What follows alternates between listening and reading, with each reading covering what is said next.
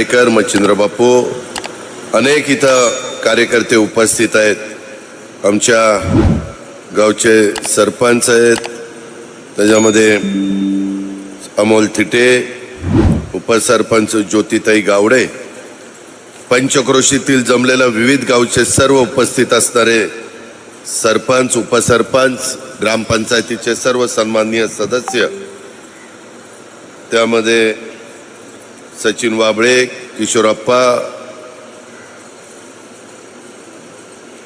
श्रीयुत शेळके सरपंच, सोपानराव जाधव, सतीश पलांडे, सर्व अनेक महायुतीचे, विशेषतः भाजप, शिवसेना, राष्ट्रवादी काँग्रेस, रासप, मनसे, RPI आठवले, RPI खरात, आमचे सदाशिवराव खोत, हे सगळे आमचे सहकाऱ्यांनी महायुतीला पाठिंबा दिलेला आहे. त्या महायुतीमधले सर्व घटक पक्ष, त्यांचे सर्व पदाधिकारी, गावातील वडीलधारी बंधू भगिनींनो आणि माझ्या तरुण मित्रांनो, माझी 10ला सभा होते, पण मी 11ला आलोय. माझे आज इथं शिरूर तालुक्यात सभा आहेत, चिंचवडला सभा आहेत, मावळामध्ये सभा आहेत, मला नावऱ्याला पण सभा घ्यायची आहे, आळंदीला सभा आहे.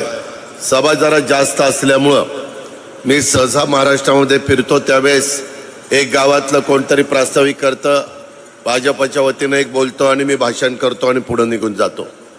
माझी सगळ्या कार्यकर्त्यांना विनंती, मी यायच्या आधी उशीर झाला होता, त्यावेळेस काय भाषणं करायची ती करायला पाहिजे होती, म्हणजे मग तुमचंही समाधान झालं असतं. मित्रांनो, ही उद्याची निवडणूक भावकी गावकीची निवडणूक, त्या ही देशाचं भवितव्य ठरवणारी निवडणूक आहे. आज इथं आल्यानंतर साहजिकच मी ज्यांच्याबरोबर अनेक वर्ष काम केलं ते स्वर्गीय बापूसाहेब थिटेंची आठवण आल्याशिवाय राहत नाही. मी त्यांना भावपूर्ण श्रद्धांजली अर्पण करतो. अनेक वर्ष राजकीय जीवनामध्ये काम करताना मी 91ला ज्यावेळेस खासदारकीला उभा होतो, त्यावेळेस ह्या शिरूर विधानसभा मतदारसंघाने मला प्रचंड मतदान केलेलं होतं. देशात नंबर 1च्या मतांनी मी पुरुषांच्या मध्ये काँग्रेस पक्षात त्यावेळेस निवडून आलो होतो. 3.5 लाख मतं मला मिळालेली होती. तेव्हा मतदारसंघ छोटे होते. माझ्या विरोधी प्रतिभा लोखंडे होत्या, त्यांना 1 लाख आणि मला 4.5 लाख एवढी मतं दिली होती. आणि तेव्हा मी ठरवलं की इथून पुढे राजकीय जीवनामध्ये जोपर्यंत आहे तोपर्यंत आपण ह्या 6 तालुक्यांना विसरायचं नाही.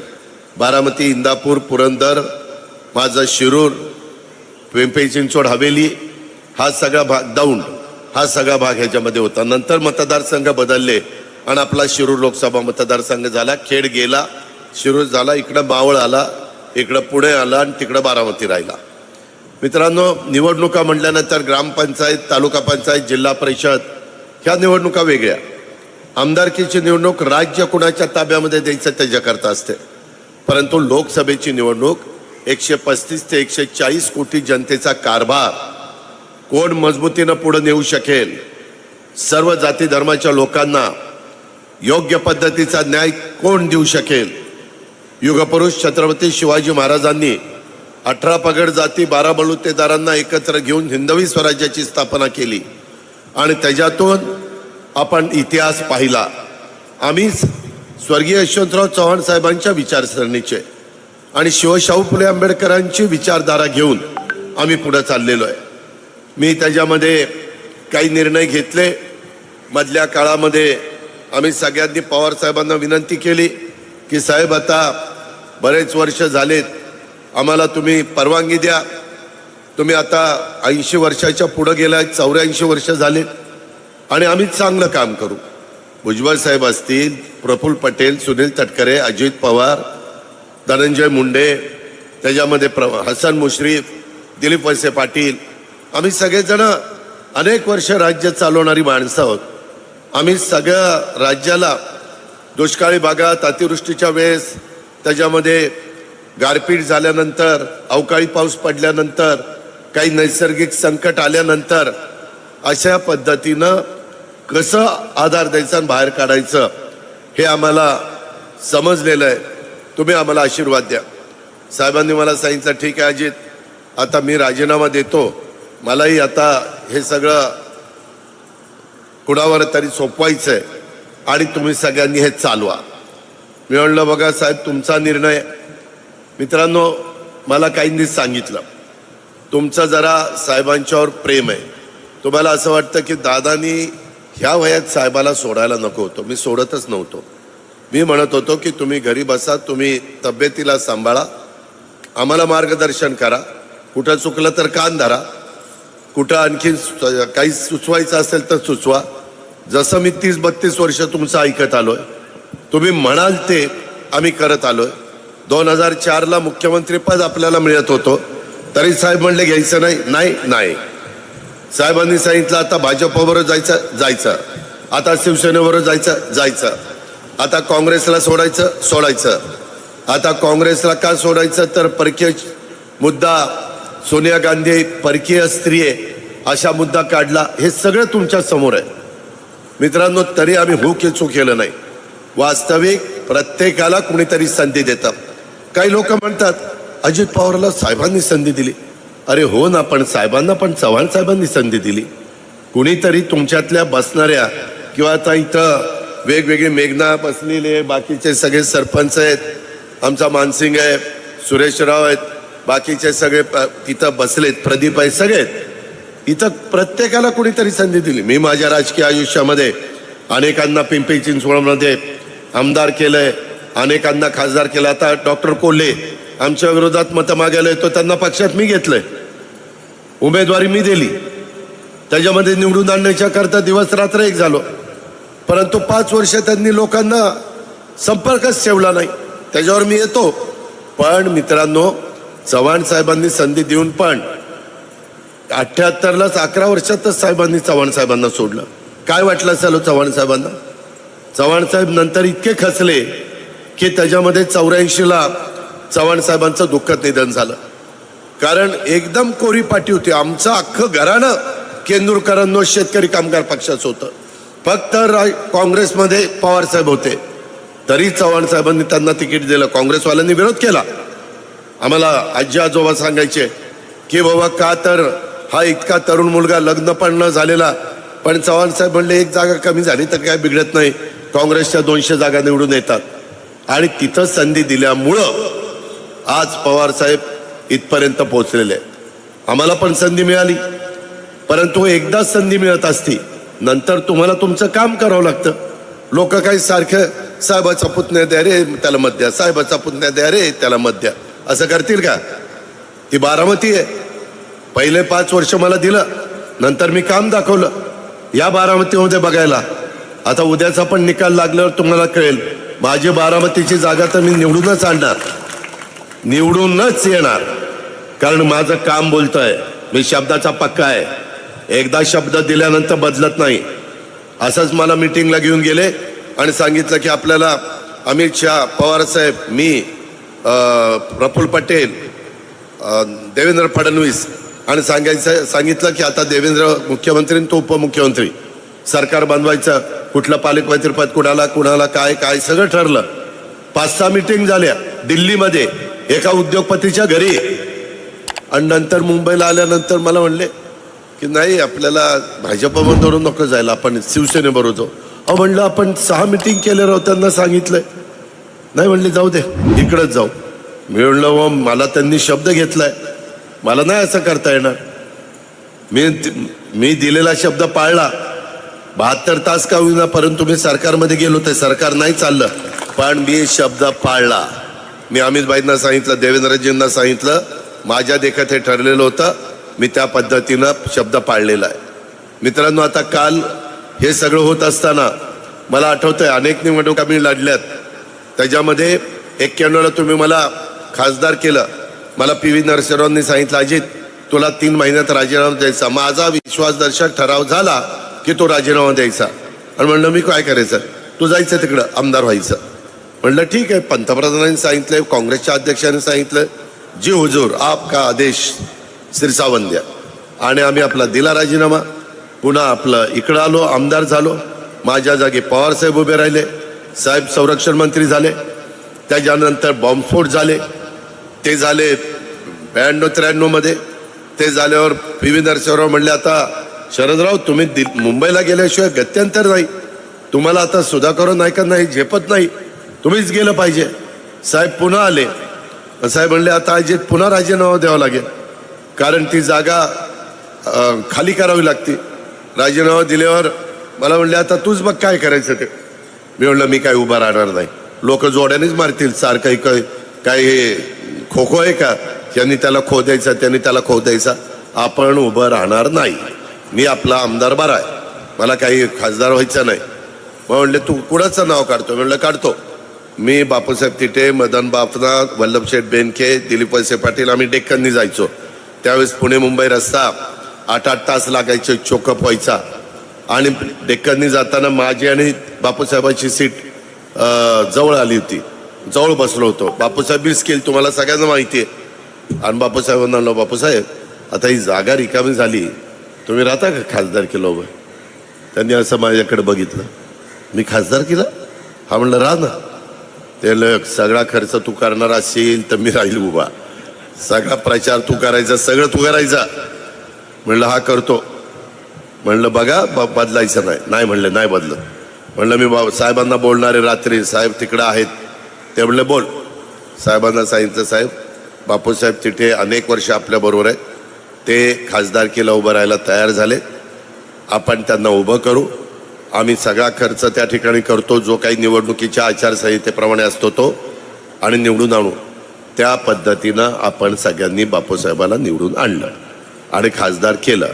तुमच्या गावामध्ये सदाशिवराव थिटे, त्यांना पण पंचायत समितीचा सभापती, मी अनेकांना तुमच्या तालुक्यामध्ये सभापती केलंय, त्याच्यामध्ये त्यांना आपण संधी दिली. मी आत्ता सदाशिवरावला फोन केला, अरे सदाशिवराव मी गावात आलो राव, केंदूरला तुझा पत्ता नाही. दादा मला माहितीच नाही म्हणला सभा आहे. आता काय कपाळाला हाणावं, बाकीच्या नाही एवढ्याला कळलं ना, आमच्या सादाला कळलं नाही. पण म्हणलं ठीक आहे. आता सुरेशनेच फोन लावून दिला होता मला, आता म्हणतोय प्रदीप फोन केला होता. ठीक आहे, आता त्याच्याच गावात येऊन त्याला खोट्यात कुठं पाडतात या, तर काहीतरी काम असेल, हरकत नाही. परवा पण मला ते भेटलेले होते. मित्रांनो भावनिक होऊ नका, मी काही चुकीचं केलं नाही. आता काय केलं पवार साहेब, काल काय जाहीर केलं की म्हणले आता काँग्रेसमध्ये जायचं, असं मी पेपरला वाचलं. आता म्हणलं जी काँग्रेस सोडली, परदेशी परदेशी परदेशी मुद्दा करून, ते मुद्दा केला 10 जूनला आपण नवीन पक्ष स्थापन केला 99ला, आणि ऑक्टोबरला तर लगेच 4 महिन्यात काँग्रेस बरोबर आम्ही गेलो. साहेबांना म्हणलं साहेब काय हो, अजित ही आपली स्ट्रॅटेजी आहे, स्ट्रॅटेजी. आता स्ट्रॅटेजी म्हणल्यावर जी हुजूर, आणि आम्ही आपलं करायचो. मित्रांनो कधीही शब्द मोडला नाही 30-32 वर्षात. मला सांगा आता मी पण 60च्या पुढे गेलो राव, किती दिवस आम्हाला कधीतरी चान्स आहे का नाही? आम्ही काही चुकीचं वागतो का? त्यामुळं भावनिक होऊ नका. तुमचे प्रश्न तुम्ही बारामतीच्या पण लोकांना विचारा. आम्हाला पवारसाहेब आमचं दैवत आहे त्याबद्दल दुमत नाही, परंतु प्रत्येकाचा काळ असतो. कुठंतरी 80 वर्षाच्या पुढं गेल्यानंतर नवीन लोकांना संधी द्यायला पाहिजे. केंदूरकरांनो, मी जर साहेबांचा मुलगा असतो तर मला संधी मिळाली असती का नाही? असती का नाही? मिळालीच असती. फक्त आम्ही त्यांच्या मुलगा नाही म्हणून मला संधी नाही, हा कसा न्याय? आम्ही दिवस रात्र राव काम केलं, सगळा जिल्हा सांभाळला. साहेबांकडे जिल्हा बँक नव्हती, जिल्हा बँक इतरांच्या हातात असायची. मी राजकारणात आल्यानंतर जिल्हा बँक त्या दिवसापासून 91 आजपर्यंत ताब्यात ठेवलेली आहे राष्ट्रवादी काँग्रेस पक्षाच्या. ठेवली की नाही? आता दिगंबर दुर्गाडेला तिथं चेअरमन केलाय. जिल्हा परिषद ताब्यात ठेवली. इथंही मी तुमच्या 2 जागा आणि 1 जिल्हा परिषद जागेला सभेला आलो होतो ना, 1 जागा तर 13 का 17च मतांनी आली, पण आली. 3 जागा आल्या. मी सगळ्यांना मी कधी वाऱ्यावर सोडत नाही. त्याच्यामध्ये या सगळ्या पिंपरी चिंचवड कधी आपल्या ताब्यात नव्हतं, जे 92 पासून 2017 पर्यंत ताब्यामध्ये ठेवलं. एकदम चांगलं शहर केलं. आपल्याकडं मी कामाचा माणूस आहे. मी एखादी गोष्ट मनावर घेतली तर मी करतो. बारामती कशा पद्धतीनं बदलली एकदा येऊन बघा. अनेक लोक, मेघनाला विचारा की अनेक लोक सांगतात आम्हाला निवडून द्या, आम्ही आपला मतदारसंघ बारामती सारखा करू. म्हणजे काहीतरी आम्ही केलंय ना, का तिथं गोट्या खेळलो काय? कामच केलं ना. त्याचा विचार कुठेतरी करणार आहे का नाही? आणि काल तर काय एक सभा झाली शिरूरला, तिथं तर काही तर असं बरळले, म्हणले हे गोडगंगा कारखाना अजित पवारने बंद पाडला. त्याच्या अजित पवार डायरेक्टर नाही, चेअरमन नाही, व्हाईस चेअरमन नाही. माझ्याकडे काय जादूची कांडे, हा हे कारखाना बंद पाड, की कारखाना बंद पडला. अरे तुम्हा लोकांना म्हणजे तिथं असणाऱ्या चेअरमनला चालवता आला नाही. अशोक बाबा तू त्याच्यावर कर्ज काढलं, एकदम 25 वर्षात चांगला चाललेला कारखाना कर्जबाजारी केला आणि पावती माझ्या नावावर फाडता. उलट मी माझ्या भागातले कारखाने चांगले चालवतो. माझ्यातला भाव 3350 रुपये माझ्या सोमेश्वरचा भाव असतो, 3411 रुपये माझ्या माळेगावचा भाव असतो. आम्ही इतके चांगल्या संस्था चालवतो. आम्ही असं तसं काम करत नाही, परंतु त्यांच्याकडे मुद्दा नाही म्हणून काही पण बोलायचं आणि सांगायचं की हा कारखाना अजित पवारांनी बंद पडलेला आहे आणि अशा पद्धतीनं काहीतरी लोकांची दिशाभूल करण्याचा प्रयत्न हा त्या बाबतीत.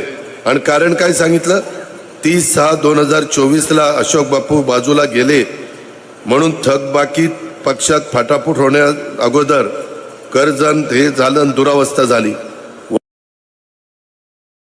बरोबर होता, माझ्या शपथविधीला होता, अमोल कोल्हे शपथविधीला होता. तुम्ही फोटो बघा, यांनी बाईट दिले. अशोक पवारचं दुखणं तिथं मी शपथ घेतली, भुजबळांनी शपथ घेतली आणि तिसरी का चौथी शपथ दिलीप वळसे पाटलांनी घेतली. तिथं अशोक पवारचं आमच्या भावकीचं गाडं बिघडलं. ते म्हणलं राव यांचं माझं जमत नाही, दादांनी ह्यांना नको होतं घ्यायला मंत्री करायला, आता मी दादांच्या बरोबर राहणार नाही. त्यांचं स्थानिक वाद आणि माझ्या नावाने बोलतात. मित्रांनो मी कधी मेघनाला विचारा, ती भाजपची आहे, त्याच्यामध्ये मागं आम्ही सरकारमध्ये असताना भाजपचे किंवा इतर विरोधी पक्षाचे आमदार आले आणि काम होण्यासारखं असेल तर मी काम करायचो. मी असा माणूस नाही, कारण हे पण 5-5 लाख लोकांच्यातनं निवडून येत असतात. काही झुकतं माग सत्ताधारी पक्षाला मिळत असेल त्याबद्दल दुमत नाही, परंतु अजिबातच विरोधकांची कामं नाही केली तर कसं चालेल? असं नाही राजकारण होत, असं नाही समाजकारण होत. तुम्ही भावनिक होऊन त्या ठिकाणी मतदान करू नका. ही देशाची निवडणूक आहे.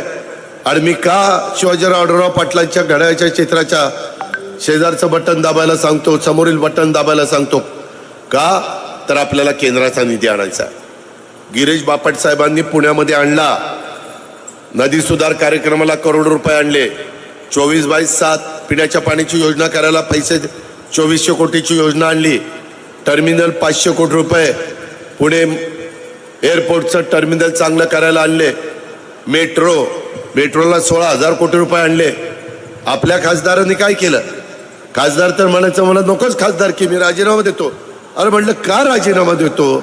म्हणले दादा मी सेलिब्रिटी आहे, सेलिब्रिटी, मी अभिनेता आहे, मी चित्रपटात काम करत असतो, मला वेळ नसतो, मी मालिकेत काम करत असतो, मला त्याच्याबद्दलचं शूटिंग करावं लागतं. सेट असतात मुंबईमध्ये. सेट म्हणजे कळेल काय काय सेट? हा कळतंय ना, सेट म्हणजे ते चित्रपटात सेट उभा करतात, तर ते तिकडं असतं. त्याच्यावर मी काय करणार? मी कधी केंदूरला जाणार, मी कधी आंबेगावला जाणार? आणि ती बाबा 5 वर्षात केंदूरला किती झाले?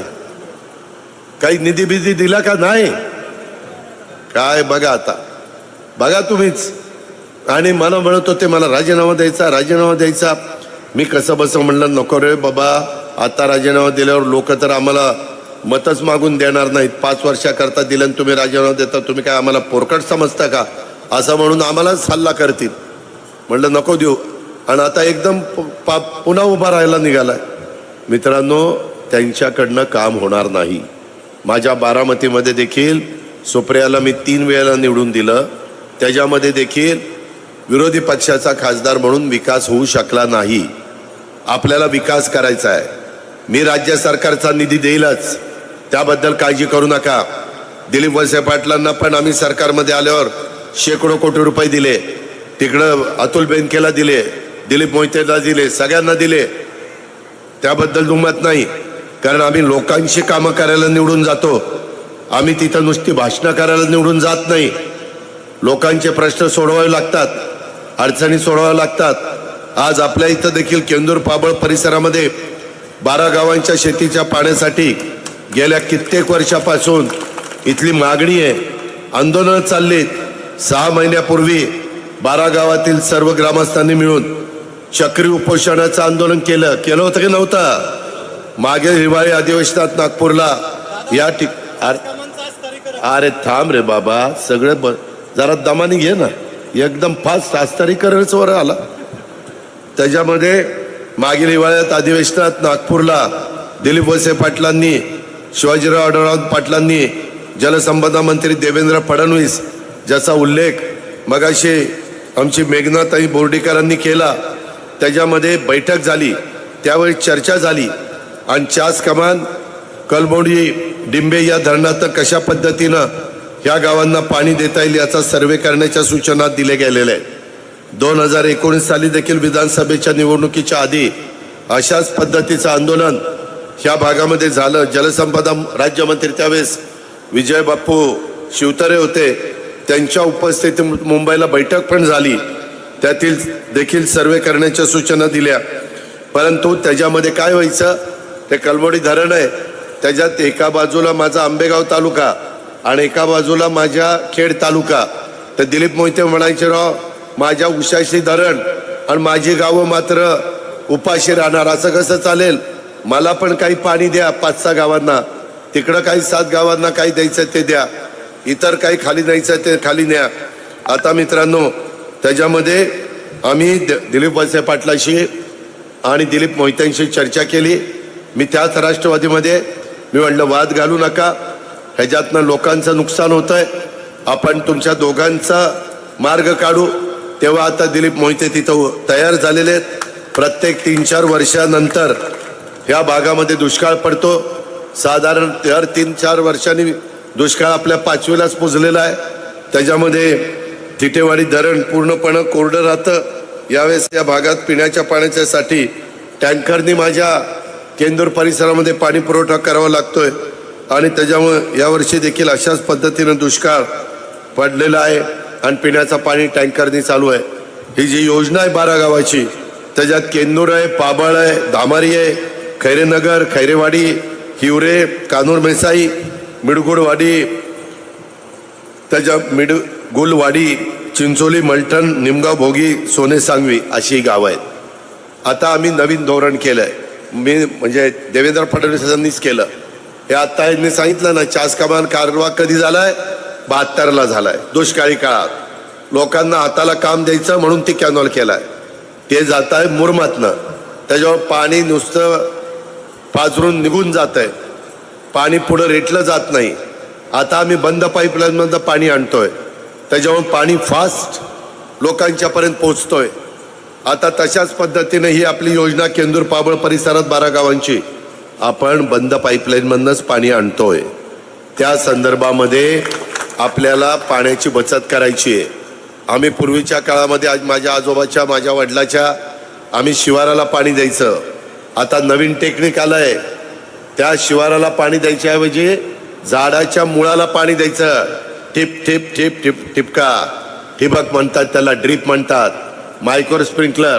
त्याच्यातनं पण 72 शेतकरी द्राक्षाच्या बागा, डाळिंबाच्या बागा, पाहिजे त्या बागा अतिशय चांगल्या पिकवतो. आणि म्हणून हे सगळी नवी टेक्नॉलॉजी आम्ही आता शेततळी करायला संधी दिलेली आहे. त्याच्यात प्लास्टिकच्या कागदाला आम्ही पैसे देतो आणि त्याच्यात त्यांनी पाणी साठवावं. आपल्याला पाऊस पडल्यानंतर पुन्हा मध्ये जर ओढ दिली तर त्या शेततळ्याचं पाणी दिलं तर पीक चांगलं येतं आहे. अशा पद्धतीच्या बऱ्याच गोष्टी आम्ही करतोय. मित्रांनो, ह्याच्यातलं अमोल कोल्हे जे काही करणार नाही, ते म्हणतील माझं शूटिंग आहे, माझी मालिका चालू आहे. मला तर एकदा म्हणले, दादा कौन बनेगा करोडपतीमध्ये मला मराठीमध्ये बोलवलं होतं, परंतु मी विरोधी पक्षाचा खासदार म्हणून त्या ठिकाणी कार्यकर्त्यांच्या वास्तुशांती सत्यनारायण कार्यक्रमाला पैसे घेऊन कार्यक्रम घेतले. कुणी? आपल्याला नाही भाऊ माहिती, चिठ्ठी आली ती बघा, तपासा. मी आपल्याला माहिती नसणार उगीच काहीतरी सांगायचं आणि कोणाची तरी बदनामी करायची. तसं असेल तर तुम्हीच तपासा. योग्य असेल तर निर्णय घ्या, अयोग्य असेल तर सोडून द्या. आपण काय कुणावर आरोप करत नाही. जे खरं असतो तेच मी बोलत असतो. त्यामुळं माझी तुम्हाला सगळ्यांना सांगणं आहे की आत्ता एकनाथराव शिंदे, देवेंद्रजी, मी ह्या सरकारमध्ये आहे. आम्ही शेतकऱ्याच्याच पोटी जन्माला आलो आहे. शेतीच हा माझा व्यवसाय आहे. शेतकरी हीच आमची जात आहे. त्याच्यामुळं तुम्ही काळजी करू नका. पूर्वीच्या तुलनेमध्ये आता ऊसाचं क्षेत्र वाढलं आहे. काही दिलीप वळसे पाटलांच्या प्रयत्नामुळं बराचसा प्रश्न आता या भागातले सुटलेले आहेत. पुढचे राहिलेले पण सोडण्याच्या करता दिलीपराव सतत पाठपुरावा करत असतात. आत्ता ते आजारी आहेत. पहिल्यांदाच असं घडलंय की निवडणुकीच्या काळामध्ये दिलीपराव आजारी आहेत. आम्ही त्यांना सांगितलं की ते मला म्हणले व्हीलचेअरवर बसून येतो. म्हणलं अजिबात नाही, दवाखान्यात थांबा, धडधाकट बरे व्हा. तब्येत चांगली असेल तर कामं करता येतात. तब्येत जर चांगली नसेल तर अडचणी येतात आणि लोक उगवत्या सूर्याला नमस्कार करत असतात. त्याच्यामुळं तुम्ही अतिशय खणखणीत बरं व्हा. आणि मग या तोपर्यंत आम्ही असो, प्रदीप असो, मानसिंग असेल, बाकीचे सगळे माझे सहकारी असतील, आम्ही प्रचाराची यंत्रणा त्या ठिकाणी राबू. आता मेघना पण आपली सूनच आहे, ती जिंतूरचं प्रतिनिधित्व त्या ठिकाणी करते. तिचंही काम तिथं चांगलं चाललेलं आहे. त्याच्या संदर्भामध्ये अशा पद्धतीनं नवीन टीम पण आम्ही बरोबर घेतोय. जुन्या नव्यांचा योग्य पद्धतीनं कसा आपल्याला फायदा उठवता येईल अशा प्रकारची आमची लोकांना भूमिका आहे. आणि म्हणून आता आम्ही लाईट बिल जास्त येतं. यंदाच्या अंतरिम अर्थसंकल्प मेघना मी जाहीर केला, त्याच्यामध्ये सोलरला 8.5 लाख पंपाला आम्ही वीज द्यायचं चालू केलंय. किती? 8.5 लाख. आत्ता पण मला एक निवेदन आले तुमच्या सरपंचाचं की दादा, केंदूर येथे ACZ साठी संपादित केलेल्या 560 एकर गायरान जमिनीवर सोलर प्रोजेक्ट राबवा. अशा प्रकारचे प्रोजेक्ट महावितरण कंपनी राबवते. आणि त्याच्यामध्ये पूर्वी मला वाटतं एकरी काहीतरी 30,000 रुपये द्यायचे, आता काहीतरी वाढवलं वाटतं. तर ते पैसे तुमच्या गावाला मिळतील. मी गेल्यानंतर आचारसंहिता संपल्यानंतर ह्याच्यात लक्ष, सरपंच ताई तुम्ही काळजी करू नका, आम्ही लक्ष घालू. फक्त तिथं झाड नसलं पाहिजे. का झाड आहे? बॅरन लँड आहे, कुसळ उगवणारी जमीन पाहिजे. कारण सावली चालत नाही त्या सोलरला, ऊन डायरेक्ट लागतं तर पंप चालतो. आम्ही आमच्या भागामध्ये 15-15, 20-20 हॉर्सपॉवरचे पंप बसवलेत, उत्तम चालतात. आता जे विजेचा लपंडाव चाललाय, दिवसा सूर्य उगवला 8 वाजले, भाकरी बांधायची, रानात जायचं, बटन दाबायचं, पाणी सुरू. कडूस पडलं, मावळलं सूर्य, मोटर आपोआप बंद. घरी बिबट्याची भीती नाही, काय नाही. घरी जायचं, पायका पोरात राहायचं, जेवायचं, खायचं आणि झोपायचं. नाहीतर रात्री विंचू, काटा, साप. आणि तुमच्या 4 तालुक्यात तर बिबट्याने हायदोस घातलाय. 460 बिबटे आहेत. शिरूर, आंबेगाव, खेड आणि जुन्नर. काल पण जुन्नरला एक 8 वर्षाच्या मुलाला ते यात्रेकरता तिकडनं आलं होता, आई वडील घेऊन, पारनेर नाही, अकोल्यावरून, आणि त्याला उचलून दिलं. त्याच्या संदर्भामध्ये आम्ही आता जे काही इन्फ्रास्ट्रक्चर पाहिजे, पिंजरे लावायचे आहेत, काय करायचं. आणि कायदे कठीण आहेत. सुप्रीम कोर्टाने कुठल्याही वन्यजीवाला बंदुकीनं गोळी घालायला शिक्षा ठेवलेली आहे. त्याच्यामुळे कोणी बंदूक पण चालू शकत नाही. मग त्यांना पिंजऱ्यात पकडावं लागतंय. आता पिंजरे पण मोठ्या प्रमाणावर मागवलेत, गाड्याही त्यांना द्यायची व्यवस्था केली. आणि कुठल्याही परिस्थितीत आता काय करावं लागणार आहे, हसण्यावरही नेऊ नका, परंतु त्यांना पकडायचंय आणि त्यांची नसबंदी करायची, पिल्लं वाढू नये म्हणून. कारण आता एक मादी वर्षातनं 2दा वितीये. पूर्वी एकच बच्चा राहायचा, आता 3-3, 4-4 बच्चे राहतात. कारण ऊसाचं रान असतं आणि त्याच्यात त्यांना लपायला जागा मिळते. हे नवीन प्रसंग आपल्या सगळ्यांच्या समोर निर्माण होत आहे. त्याच्यातनं आम्ही मार्ग काढतोय. तुम्ही काळजी करू नका. कुणी आमच्यावर आरोप करताय, वास्तविक कोणीच म्हणणार नाही की आपल्या कारकिर्दीमध्ये कुणाचा तरी लहान मूल बिबट्याने न्यावं. पण हे घडलेलं आहे आणि ते घडू नये म्हणून जे काही फॉरेस्ट डिपार्टमेंट आणि इतर डिपार्टमेंटला विश्वासामध्ये घेऊन कामं करायची, ती कामं आम्ही त्या बाबतीमध्ये करतोय. 12 गावांचा शेतीच्या पाण्याच्या बद्दल मी तुम्हाला सांगितलेलं आहे. त्याच्यामध्ये निधी लागणार आहे. ही सगळी कामं फुकट होत नाहीत. सगळी सोंग करता येतात, पैशाचं सोंग नाही करता येत. ते मागं यांनी आपलं 5 वर्ष, माझा तालुका 10 वर्ष मागे गेला. आणि जिथं मोदी साहेबांच्या विचाराचे खासदार गेले त्यांना मात्र चांगला निधी मिळाला, म्हणून तो बॅकलॉग भरून काढायचा आहे. शिवाजीराव आढळराव पाटलांना तुम्ही घड्याळाच्या समोरचं बटन दाबलं तर हे शेतीच्या पाण्याचे आणि पिण्याच्या पाण्याचे जे प्रश्न आहेत त्याला केंद्र 50% पिण्याच्या पाण्याला देतं. आत्ताच मला निवेदन आलेली आहेत, ह्या निवेदनामध्ये ते आहे. मी निवेदन फार व्यवस्थित घेऊन जातो आणि त्याचा आचारसंहिता संपल्यावर कारवाई करतो. माजी सरपंचाला, तुम्हाला सगळ्यांना, प्रदीप तुला, मानसिंग तुला, सगळ्यांना सांगणं आहे की ज्या ज्या ठिकाणी मी जे आश्वासन दिलेली आहेत, थोडंसं मागे सरतं, त्या पद्धतीनं तुम्ही पाठपुरावा करायचा, माझ्याकडे यायचं. मी मंत्रालयात सकाळपासून असतो.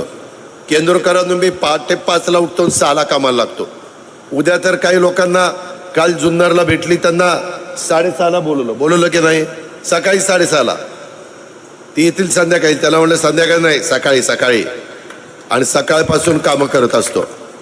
हे खोटं बोलत नाही. मी माझ्या मतदारसंघात 5:45 कामं चाललेली असतात. साईटवर जातो, काम नीट चाललंय का, दोरी वळंब्यात आहे का, सिमेंट व्यवस्थित आहे का, त्याच्यामध्ये पाणी नीट मारतायत का. उगीच नाही बारामती बदलली, त्याला कष्ट घ्यावे लागतात, मेहनत घ्यावी लागते. जसं तुम्ही तुमचा व्यवसाय करताना, तुमची शेतीवाडी करताना तुम्हाला जसं कष्ट घ्यावे लागतात, कष्टाचं चीज होतं. आणि जे आळशी असतो त्याचं काय होतं, वाटोळच होतं. त्याकरता माझी तुम्हाला विनंती आहे, मी एकनाथराव आणि आमचे देवेंद्रजी, आमचं चांगल्या पद्धतीनं त्रिकूट जमलेलं आहे. आम्ही राज्याचं भलं करतोय. परवा पंतप्रधान पुण्याला आले असताना एकनाथराव भाषणाला उठले तेव्हा खुर्ची पंतप्रधानाच्या जवळची मोकळी होती. मी लगेच ती खुर्चीवर जाऊन बसलो, त्यांच्याशी मला बोलायचं होतं. मी त्यांना सांगितलं, पंतप्रधान साहेब, माझ्या भागामध्ये, महाराष्ट्रात, पुणे जिल्ह्यात, नाशिक जिल्ह्यात, वेगवेगळ्या भागामध्ये कांदा उत्पादक शेतकरी मोठा आहे. कांदा निर्यात बंदी केल्यावर ते आमच्यावर चिडतात, आम्हाला कांदे फेकून मारतात. त्याच्यामुळं तुम्ही कांदा निर्यातीला परवानगी द्या. तुम्ही आता त्या ग्राहकालाही परवडलं पाहिजे, परंतु उत्पादकालाही परवडलं पाहिजे. जर आम्ही शेतकऱ्याला उत्पादक म्हणून परवडलं नाही तर आम्ही कसं कांदा पिकू. आणि आम्ही नाही कांदा पिकवला तर कांदा खाणारे कुठं कांदा खाणार आहेत. मग ते म्हणले ठीक आहे, मी मार्ग काढतो. आता त्यांनी निर्यात बंदी उठवली, आता कांद्याचे भाव वाढलेले आहेत. मित्रांनो, अशा पद्धतीनं आमचं काम चाललंय. आम्ही त्याच्यामध्ये ऊसाचे पण भाव वाढले. दरवर्षी FRP वाढून तुम्हाला आम्ही देतोय. जवळपास 25,000 कोटी रुपयाचं इन्कम टॅक्स मुद्दल आणि व्याज लागलं होतं, ते पण अमित भाई आणि मोदी साहेबांच्याकडनं काढून घेतलेलं आहे. मागं काँग्रेसच्या राजवटीमध्ये 20 वर्ष आम्हाला काढता आलं नाही. काही गोष्टी झटपट कराव्या लागतात. त्याकरता आपण काळजी करू नका. मी कधीही महाराष्ट्रात नाही, आपल्या कुठल्याही भागात कारखाने बंद पडलेले नाहीत. उलट मी आता थेऊरवाल्यांना सांगितलं, तिथं नवीन पॅनल आलं निवडून की तुम्ही आचारसंहिता संपल्यावर या, मी तुम्हाला राज्य सहकारी बँक, सहकार विभाग, साखर आयुक्त आणि वसंतदादा शुगर इन्स्टिट्यूट ह्या सगळ्यांची मदत घेऊन देतो आणि तो कारखाना पुन्हा चालू करा चांगला. आमच्या भीमा फाटस कारखाना अडचणीत होता, म्हणजे राहुल कुलांचा, त्यांनाही सगळे मदत केली. आता ते निराणी यांना दिलाय, आता तो चांगला चालायला लागलेला आहे. माझा त्या अशोक पवारला, माझ्या भावकीला तो कारखाना चालवता आला नाही. त्याला आता कसं सांगायचं की मी कमी पडलो, ते आता माझ्या नावावर ढकलतोय की अजित पवारांनी कारखाना बंद पाडला. अरे तुझ्या अंगात नाही दमन, काय माझं नाव घेतो मी कारखाना बंद पाडला. आता इथं भीमाशंकर कारखाना कसा चाललाय का नाही जोरात. दिलीप वळसे पाटील नंबर 1चा कारखाना चालवत आहेत. ती पराग कारखाना खाजगी, ती कसा चांगला चाललाय. आणि तुम्ही मला माझी नावं घेता शहाण्यांनो. आणि घोडगंगा बंद पडला, मग व्यंकटेश कृपा कस काय चालला. हा, जरा विचार करा डोक्याने. मी खरं बोलतो, राग येईल एक वेळ तुम्हाला, पण मला कुणी खोट्यात पाडलं तर मी नाही सहन करणार. मी कोणाचा 5 पैशाचा मिंदा नाहीये, चहाचा मिंदा नाहीये. आणि हे शहाणा सांगतोय, मग याचा स्वतःचा घरचा कारखाना चांगला चालतोय, मग ती कसा बंद नाही पाडला. मग अजित पवार बंद पाडतो तर मग अजित पवारने तुझा का बंद नाही पाडला. शेतकऱ्याचा बंद पाडला. काही पण बोलतात. मित्रांनो, यांच्याकडे आता मुद्दे राहिलेले नाहीत. काही थातूर मातूर सांगतात, काही खोटे आरोप करतात. आमच्या मागासवर्गीयांना सांगतात संविधान बदलणार आहे, घटना बदलणार आहे. साफ खोटं आहे. काही संविधान बदलणार नाही, घटना बदलणार नाही. संविधान चांगलं आहे, घटना चांगली आहे. आमच्या मुस्लिम समाजाला सांगतात आता तुम्हाला सगळ्यांना एकत्र करणार आणि पाकिस्तानला पाठवणार. कोण पाठके? काही बडबडतात राव. 10 वर्ष सगळ्यांना व्यवस्थित वागणूक दिली ना, 80 कोटी लोकांना मोफत धान्य दिलं ना, गॅस कितीतरी उज्ज्वला गॅस माझ्या आया बहिणींना मिळाले का नाही? आम्ही आता पोलीस पाटलाचं मानधन वाढवलं, आशा वर्करचं वाढवलं, त्या आमच्या अंगणवाडीच्या काम करणाऱ्या भगिनीचं वाढवलं. आमचं काम चाललेलं आहे. हे मुद्दाम आमच्या नावाने म्हणजे बोटं मोडतायत. यांचं काही खरं नाही. माझी तुम्हाला विनंती आहे, अजिबात भावनिक होऊ नका. मी पण भावनिक होऊ शकतो, परंतु भावनिक न ह्या 12 गावांचा पाण्याचा प्रश्न सुटणार नाही. त्याला निधी लागणार आहे. आम्हाला आढळरावला सांग बरोबर घेऊन जावं लागेल. आढळराव चला आपण तिकडनं निधी घेऊन येऊ, आणि तो निधी आणि राज्याचा निधी त्याच्यातनं आपली कामं होणार आहे. देश एवढा मोठा आहे, आपलं राज्य त्याच्या मानाने लहान आहे. मी 6.5 लाख कोटीचं बजेट देतो तुमच्याकरता. देशाचं बजेट काही कोटीचं आहे, याचा विचार करा. आणि त्या प्रकारे कुठंही माझं आत्ताही म्हणणं आहे की साहेब आजारी पडतात, साहेबांनी घरी थांबावं, आराम करावा. आता काय काढलं काल? म्हणले काँग्रेसमध्ये त्यांनी काढलेला पक्ष त्याच्यात आता घेऊन जायचं. अरे काँग्रेसचं तुमचं जमलं नाही म्हणून तर तुम्ही काँग्रेसमधनं बाहेर पडला. आता काँग्रेस कशी काय बरी वाटायला लागली? हे काय बरोबर नाही. हे जे काही आहे, आया बहिणींनो, केंदूरकरांनो, माझी तुम्हाला विनंती आहे, इतर बाबतीतले पण तुमचे मला सरपंचताईंनी दिलं, ज्योतिताईंना अमोलनं, की केंदूर पाबळ येथे कार्यान्वित असलेले जलजीवन मिशन अंतर्गत चिंचोशी गावातील ग्रामस्थ पाणी आणून देत नसल्याबद्दल सरकारी कामात कुणालाही अडथळा आणता येत नाही. आचारसंहिता संपली की मी याच्यामध्ये लक्ष घालतो.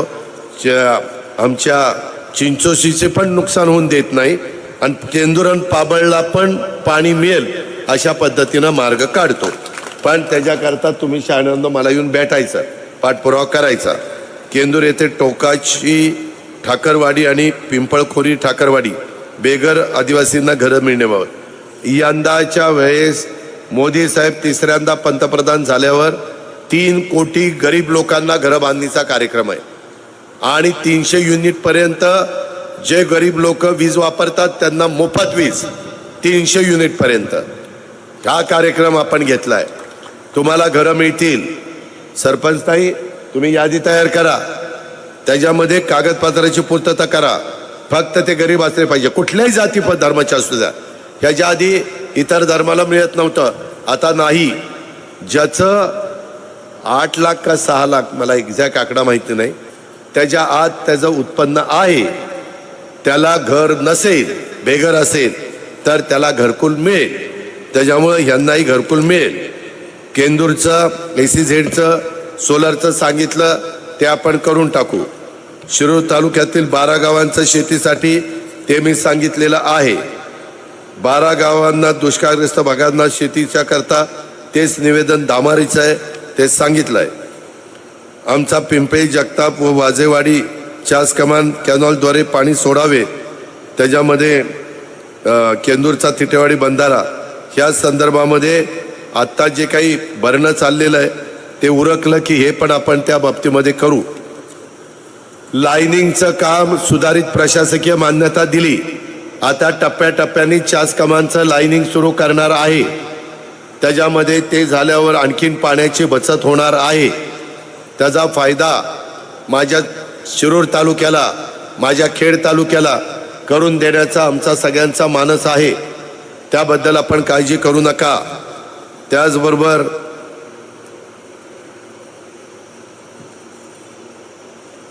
ते कारखान्याचे दुरावस्था ते सांगितलं. पोटचाऱ्यांना शिक्रापूरमध्ये पोटचाऱ्यांना पाणी सोडण्याच्या बद्दल धरण उशाला आणि कोरड घशाला अशी आमची स्थिती आहे. ती स्थिती अजित पवार बदलून देईल. जरा कळ काढा, त्याच्यामध्ये भरणं खालचं उरकू द्या. ते भरणं झाल्यावर ह्या पद्धतीनं पण आपण लगेच, अन्यथा उग्र स्वरूपाचं आंदोलन करण्यात येईल. कशाला उग्र?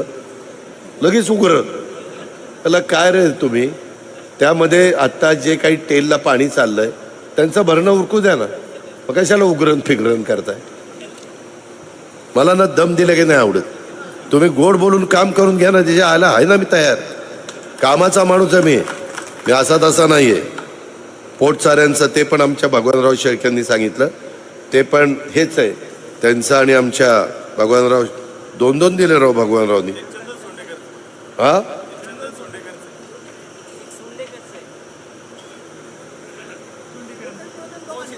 अरे हे काय भगवानराव शेळके, हे काय भगवानराव शेळके.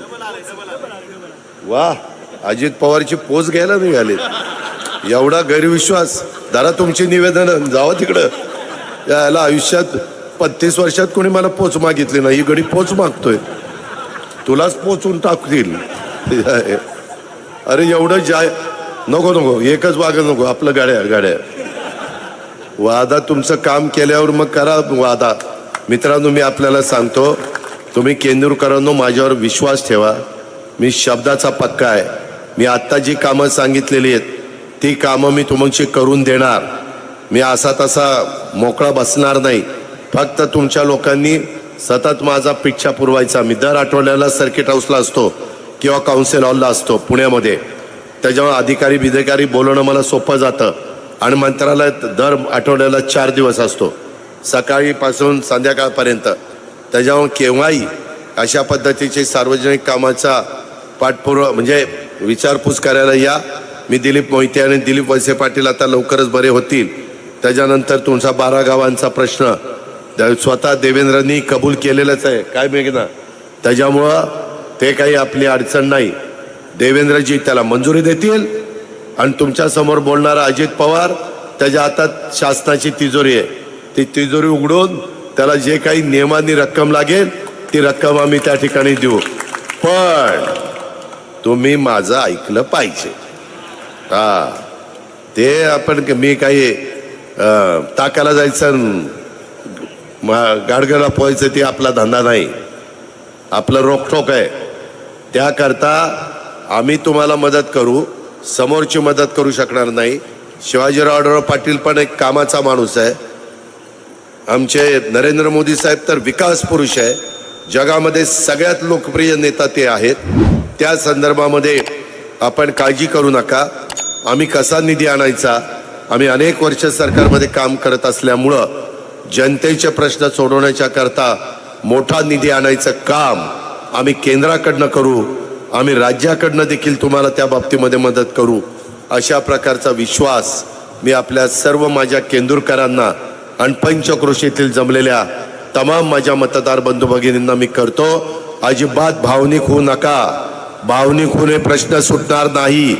तसेच भिजत पडतील, तसेच बाजूला पडतील. ही गोष्ट आपण सगळ्या 12 गावांनी पण लक्षात ठेवा. आणि बाकीचे जे काही निवेदन आहेत त्याच्याबद्दल योग्य पद्धतीची कारवाई ही आचारसंहितेच्या नियमाचं तंतोतंत पालन करून त्या ठिकाणी सोडवली जाईल. हा शब्द देतो आणि आपली रजा घेतो. गर्जा हिंदुस्तान चॅनलला सबस्क्राईब करा आणि ताज्या घडामोडी जाणून घेण्यासाठी बेल आयकॉनवर प्रेस करा.